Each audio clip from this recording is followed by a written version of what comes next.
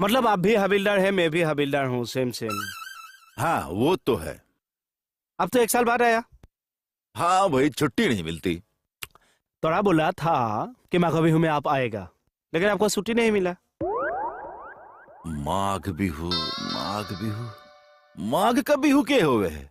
हाँ, हमारा 3 बिहू है, ये 20 का बिहू है। हाँ इसको माघो बिहू और भोगाली बिहू भी बोलते हैं। हाँ। अच्छा, बिहू तो बिहू हुए है ना, तो थारे इस माघ बिहू में भी डांस हुए है के? डांस में आजकल तो सब बिहू कॉकटेल हो गया है। इसमें भी होता है लेकिन कम होता है। मेरे ये खाद्यों का बिहू है। खाद?